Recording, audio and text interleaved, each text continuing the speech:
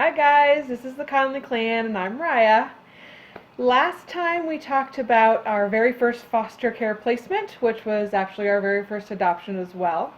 And this week I want to talk to you about what we did after that, which was, I told you, a new pilot program that Nebraska had started. Stay tuned.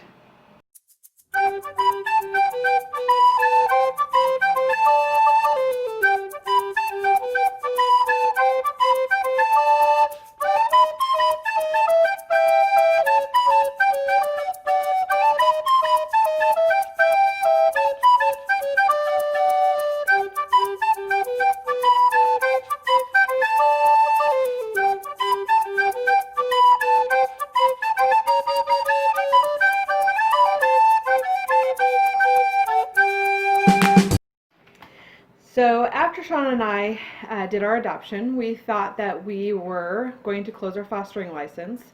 At the time, we had thought that our family was complete. But about a week or two before our adoption, we kept getting this feeling like we were not supposed to close our license. And so we decided to keep it open. And then it was about a month or two, we went with no placements.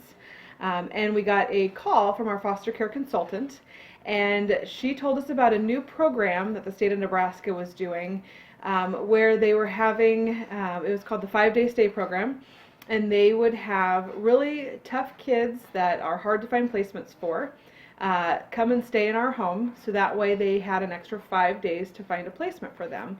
A lot of times the kids will end up in group homes, and instead of that, they were really hoping that they could be in a regular foster home, and the 5 days would give them a chance to find a place for them to go other than a group home.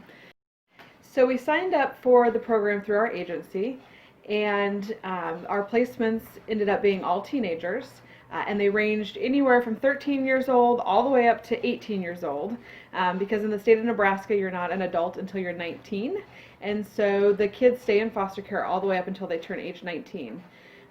We had, most of the kids, they look really scary on paper. So they give you a little bit of information beforehand, and you could then at least kind of know what the behaviors were before they got there.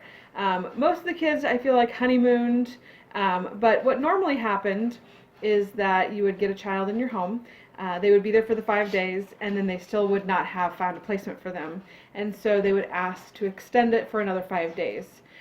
We ended up having kids stay, one child stayed just for 1 day, and we had kids stay all the way up for a couple months. There were a couple of the kids that we actually took in as a placement, and so what that means is instead of being a 5-day stay where they would have to leave our home, we took them in as a placement, which meant that they were going to stay in our home and until their case panned out.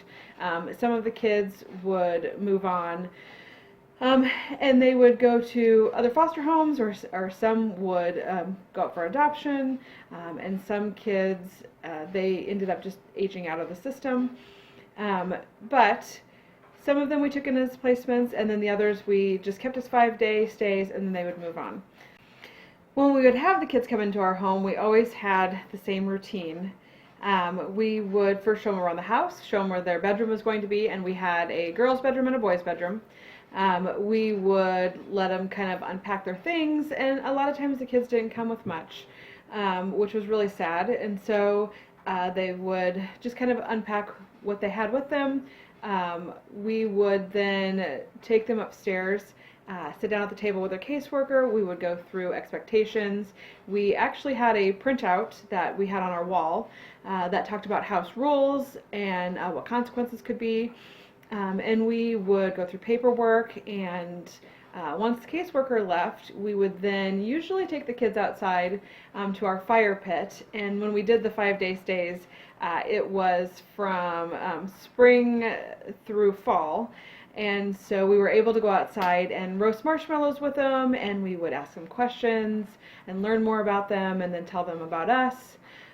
And we would really get to know the kids, and even if they were there for just a short time, those kids really can leave a lasting impression on your heart. So we we would just kind of make them feel like they were at home. And what we found out is that these kids are just like normal teenagers. They can be really fun, and sometimes they can do things that normal teenagers do.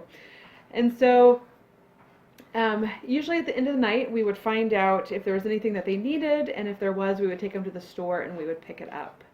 We also had a local, like, it was kind of like a thrift store. It was like a hand-me-up store, where they would let you go shopping for free. And so because we were foster parents, they let us go there and take the kids to go shopping, so that way that they could have some extra clothes, or maybe some things that they needed that they didn't have. And so that was always fun, and they really enjoyed that. One of my favorite moments for the 5-day stays was when we had an 18-year-old girl show up at our doorstep. And she, you could tell, was trying to act tough, and she was acting like she really didn't want to be there and kept saying she didn't want to stay. And so Shaun and I did what we normally do. We was talking to her and asking her questions and telling her things about us, and genuinely just being interested. And it was funny. She was 18, and she turned around and she said to us, "Could you guys stop? I'm having a really hard time not liking you." And we all just kind of had to laugh. And she went on to really enjoy staying at our house. And usually what would happen is the kids would show up, and you could tell that they were putting on a tough face. And by the time it was time for them to leave, they didn't want to go.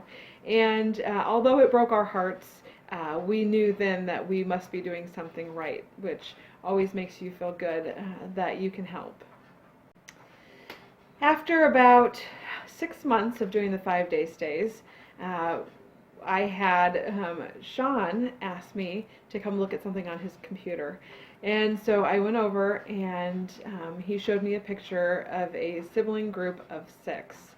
And it was funny because he said, "Would you look at those little stinkers?"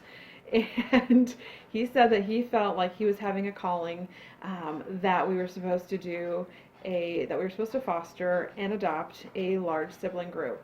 So a lot of times what happens in foster care is they cannot find a home to keep siblings together. They consider 3 siblings to be a large group. And so most of the time the kids get split, and they get put in different homes and adopted by different homes. And so Shaun really said that he felt like he was being led, that we were supposed to adopt a large sibling group of kids and keep them together. So we started looking online. There are actually websites that you can sign up for that show you kids all over the United States that are looking for an adoptive home. And we did that, and we went out there. Unfortunately, we found out that because we had 3 kids in our home already, actually, my oldest daughter lived with us at the time still, so we had 4, which meant that we only had 2 open beds, because in the state of Nebraska, you can only have 6 total in your house. And you can get an exception, but when you bring kids in from another state, Nebraska will not give you an exception for that. And at least that's what we were told. And so we decided that we were going to have to just look for a large sibling group in the state of Nebraska. Although we really wish we could have helped kids from other states as well, we were happy to be able to help Nebraska kids. So we told our foster care consultant that that is what we were looking for, and 2 months later, in November, we got a sibling group of 5. And at the time, they had told us that they thought that they were going to terminate parental rights immediately, and that they were going to be looking for an adoptive home. And so we said yes, absolutely, and we took in a sibling group of 5. So next time I will tell you all about our long journey and what happened after we got our sibling group of 5. And so now at that point we had 9 kids in the home, and that was definitely an adjustment. But I will tell you more next time. If you like the video, make sure to click the like button and also subscribe so you don't miss any of our videos. See you next time.